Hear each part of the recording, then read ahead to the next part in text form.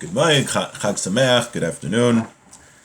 Continuing with the laws of Sefirah, we're on Tuf Pei Tes in the Mishnah Berurah, in the Shulchan Aruch, 489, and we are going to start with the Mishnah Berurah.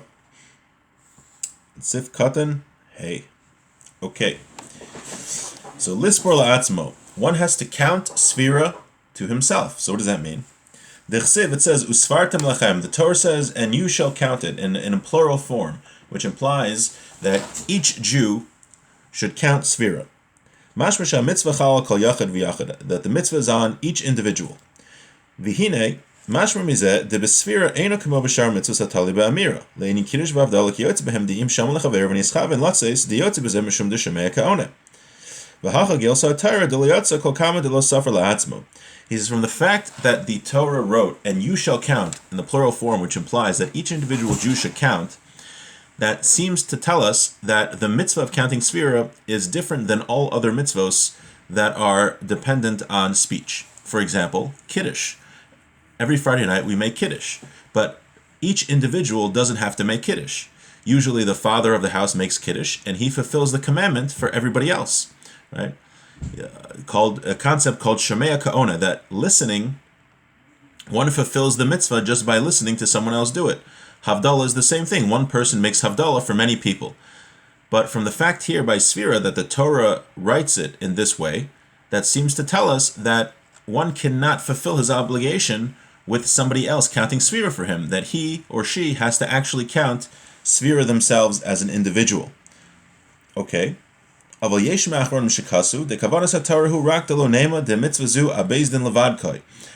are those that argue with this, and they say, no, the reason the Torah said, and you have to count, which implies each individual, it's not to teach us that each individual has to count, and that you can't be Yotze, you can't fulfill the obligation with the concept of Shemea Ka'ona, but rather it's to tell us that don't think this mitzvah is just on Bezdin, is just on the rabbinical court. Now, why would you have thought that?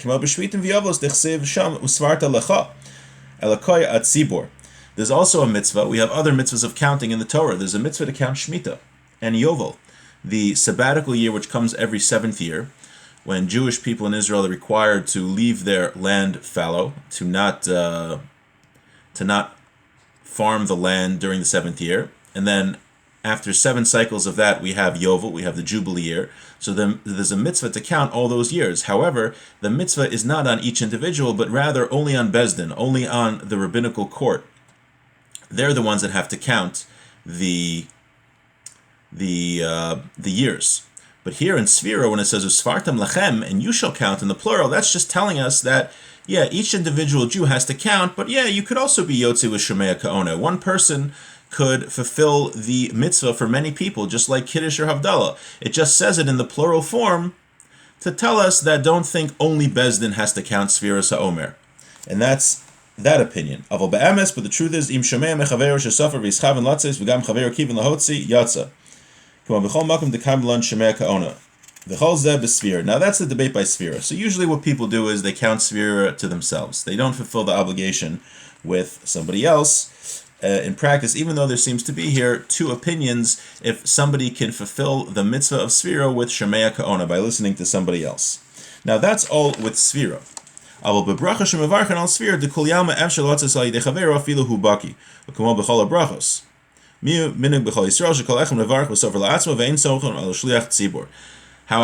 when it comes to the blessing of Sefirah, there everybody agrees that one can fulfill his obligation with somebody else. So we have the Chazan in synagogue who makes the bracha, and someone could fulfill that his mitzvah with that bracha. And again, that's when the person making the bracha has in mind to exempt anyone who's listening, and the person listening has in mind to fulfill his obligation with that bracha.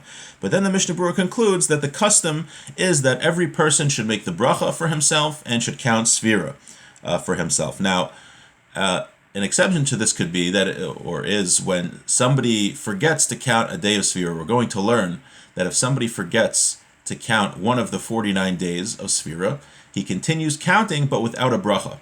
So the best thing to do is that he can fulfill the bracha by listening to the chazan, by listening to the one leading davening, or the rabbi, whoever it is, make the bracha, and he will fulfill his obligation of the bracha with the chazan, and then he'll count to himself because since he missed a day, he's no longer able to count with a bracha himself. However, preferred practice is that each individual should make the bracha himself and should also count Sefirah by himself. Kasva achrayim, the Sefirah mutar b'chol lashon, it is permitted to count Sefirah in any language.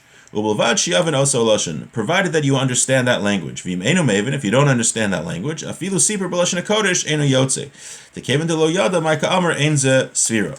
And that applies to even in Hebrew. If you're reading Sefirah in Hebrew and you don't know what it means, you don't fulfill the obligation because that's not called counting. Counting means that you understand what you're reading. So if you want to count in Hebrew and you don't understand the Hebrew, read it in English first and then count it in Hebrew.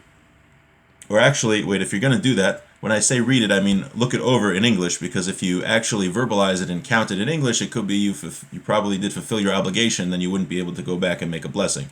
So it's important to understand what the words are that you're saying when you count Sefirah. V'tzarech lispor me'umad, and you have to count standing, we said. V'tzarech la'aman mishashem maskal bracha, that includes the blessing. When you make the blessing, and when you count Sefirah, you should be standing. Ubediavad afilu im sipur miyushav yotze. However, if you counted already when you were sitting, you fulfilled the obligation. Okay, so we'll conclude here for today. So we learned that a person should count Sefirah and make the bracha himself, provided that he didn't miss a day.